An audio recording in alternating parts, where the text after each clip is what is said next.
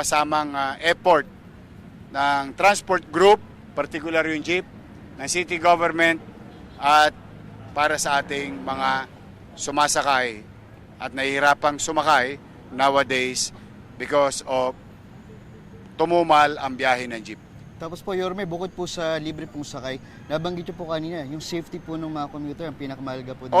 Siyempre, naturally, hindi na para maghabol, makonsume, mataranta, o magkaroon ng agam-agam yung driver ng jeep na makipag-agawan ba sa pasahero. Pag nakita mo, relax na kanina, umaga, nakita mo yung pila, ang ganda. Walang nagnyanyangan o harabas. Pansinin nyo. So safe for everyone. Matipid pa sa...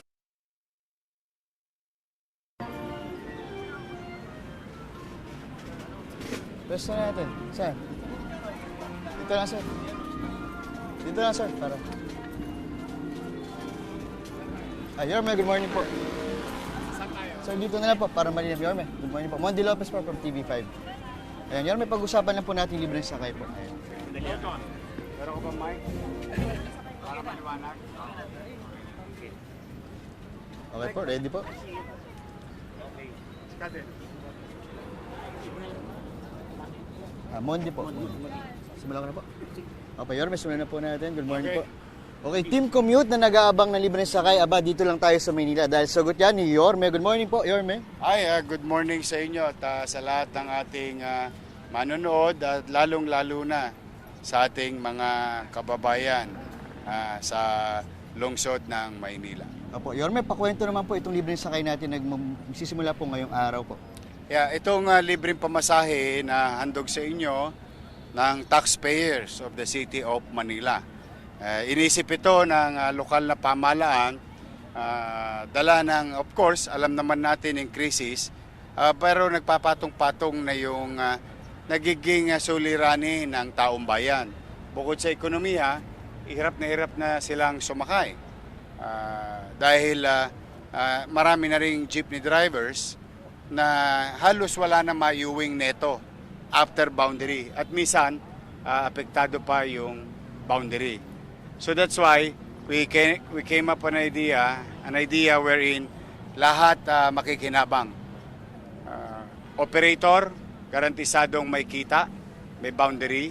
Driver, from regular 200, 300 pesos na net niya, at least ngayon, humigit kumulang 1,000 piso garantiya. Petix lang ang pagmamaneho niya, hindi siya may stress. But there is a level of assurance na meron siya maiuwing magandang kita. Pangatlo, yung gasolinahan, mabebentahan na nagbibigay ng trabaho sa mga trabahante natin sa gasolinahan. Pangapat, higit sa lahat, yung daang-daang libo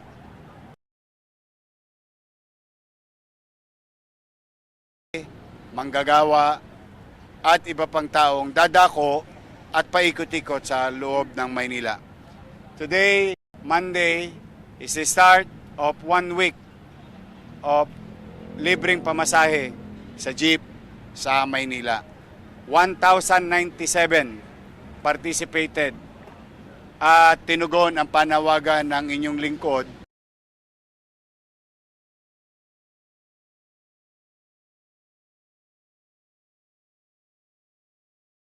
natin yung kanilang mga jeep at mga driver, yung kanilang oras upang maglingkod sa ating mga at the same manner to be assisted by MTPB. So ano na to, halo-halo na to, sama-samang effort ng transport group, particular yung jeep, ng city government at para sa ating mga sumasakay at nahihirapang sumakay nowadays because of tumumal ang biyahe ng jeep. Tapos po, Yorme, bukod po sa libre pong sakay, nabanggit nyo po kanina, yung safety po ng mga commuter, ang pinakamahalaga po dito. Siyempre, naturally, hindi na para maghabol, makonsume, mataranta, o magkaroon ng agam-agam yung driver ng jeep na makipag-agawan ba sa pasahero. Pag nakita mo, relax na kanina, umaga, nakita mo yung pila, ang ganda. walang nagnyanyangan o harabas. Agawan. Pansinin nyo. So safe for everyone. Matipid pa sa krudo. But pag nasa pila ka, dahil hindi ka naman naghahabol ng kita, sagot ng pamahalaang lungsod ng Maynila ang kita mo, relax na relax ka lang. Opo. So, hopefully, we'll see at the end of the day, we'll report to the people how many that we have served. But for now, as of the moment, no, pag alas 8 na, tens of thousands of people already benefited direct dito sa ating libreng pamasahe sa lungsod ng Maynila sa loob ng 1 linggo. Now, kapag naging successful, Ayan, okay, magkano po ba kayo ma-extend? malay ninyo, makaharbat ako. Di ba? Oo, Abangan po eh. okay naman ako basta kapakinabangan ng tao. Una, manghihingi tayo sa national government if kung meron pa. Pangalawa, kung meron pa akong mapipigang bimpo, pipigayin ko. Makaramdam lang ng ginawa ang taong bayan. Maramdaman lang nila na may gobyerno sa Maynila. Masaya na ako. Opo. Tapos Yorme, baka po pwede rin pong mabanggit nyo, paano po ba yung sistema po ng bigayan dito sa ano? Kaninang after po umaga, ba, before? Opo, paano po ba? Tumanggap na sila ng 50% down payment. Para wala na silang iniintindi pagpasok ng driver sa biyahe kung mag-aabono pa ba siya muna bago masusuklian. Hindi. 50% down, 50% later.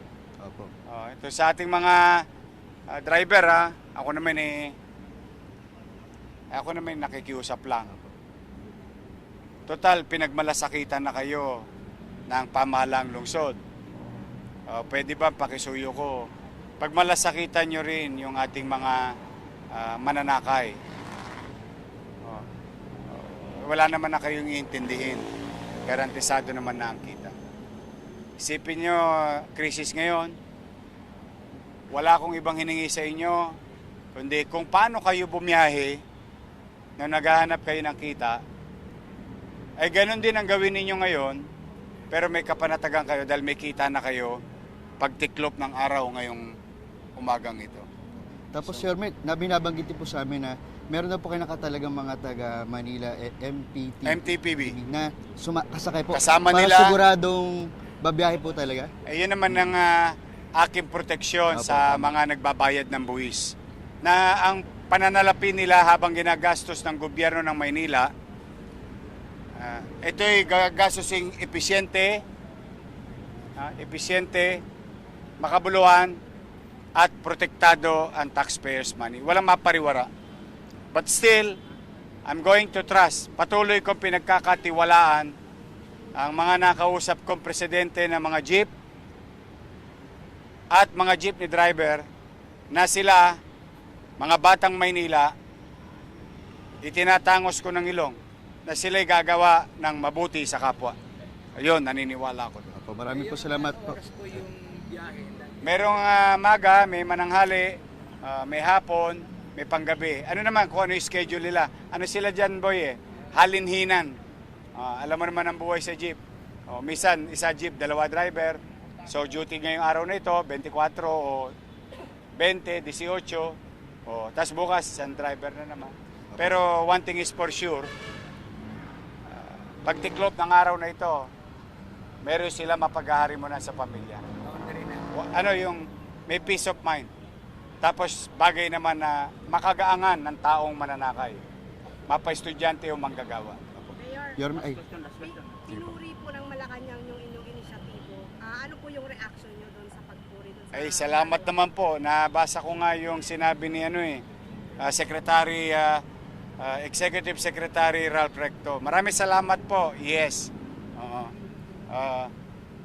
Baka naman. Hindi, malay nyo lang. Wala namang masama. Total, talaga naman tumutulong sila sa amin ngayon. At we're happy to share the idea. This is for everyone. Kung sa tingin nila mainam itong ginawa ng Maynila, we're very happy to share it to everyone. It's a simple analogy. Operator, guaranteed may kita. Driver, guaranteed may kita. Gasolinahan, guaranteed may benta. At higit sa lahat, garantisado yung mga mananakay nakatipid itong mga darating na araw, Mayor.